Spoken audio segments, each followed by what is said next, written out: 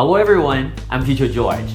Let's talk about how to nail your GEPT speaking.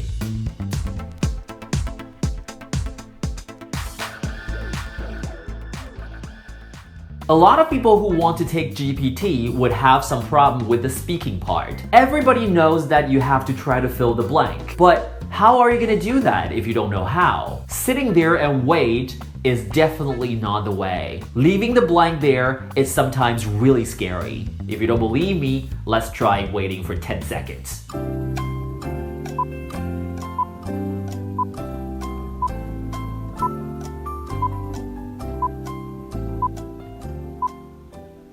That's 10 seconds. Scary, huh?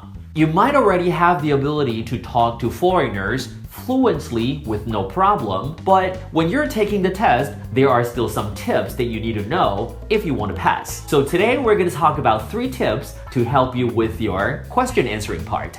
Don't forget to turn on the Chinese subtitles if you need any help in Chinese. Here we go. Number 1. Don't stick too much. Extend. A lot of times when you're answering the questions, you stick too much to the original question. Let's just take this question for example. How do you go to school?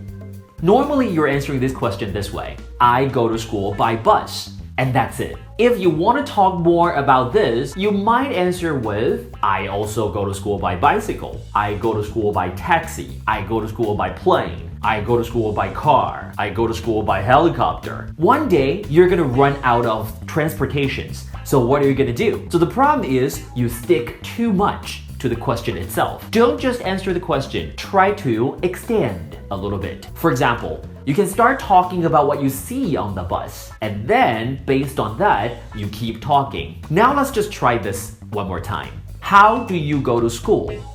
I go to school by bus. On the bus, I will see a lot of people reading books. My favorite book is Harry Potter. See that? And you can go on and on with this. We go from going to school by bus to Harry Potter. Basically, you go from A, and then you link to B, and then you go to C, and then you go to D. So A and D have nothing to do with each other, but you have the job done. And let's move on.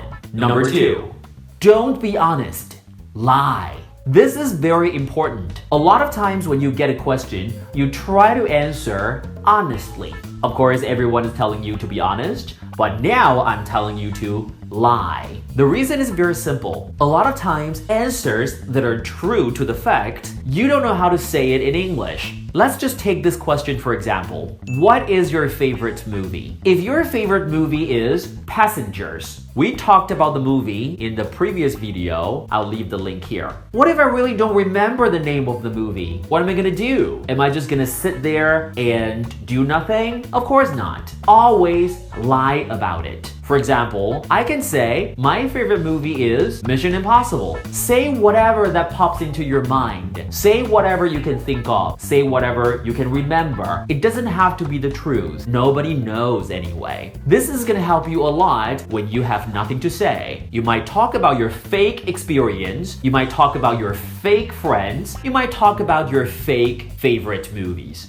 Who cares? It helps you to keep talking. So why not? Then let's keep going. Number 3, don't go deep.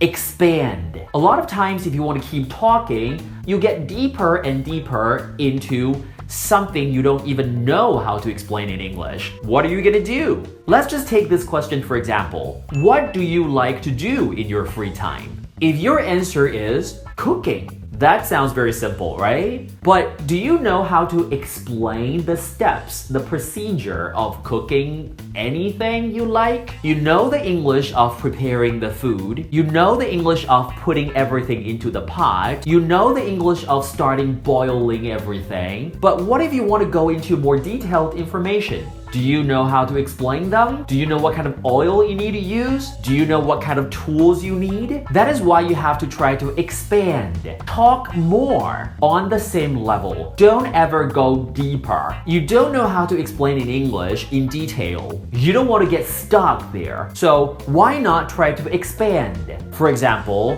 for the same topic of cooking, You talk about you like to do the cooking, and then you talk about inviting your friends over to enjoy the food that you cook. You don't go into the detail, which is something you cannot handle. That's the 3 tips I'm giving you today. Don't stick too much. Extend. Don't be too honest. Lie. Don't go too deep. Expand. And if you can do these 3 things, you can pass the speaking question answering part. I'll see you next time. Bye!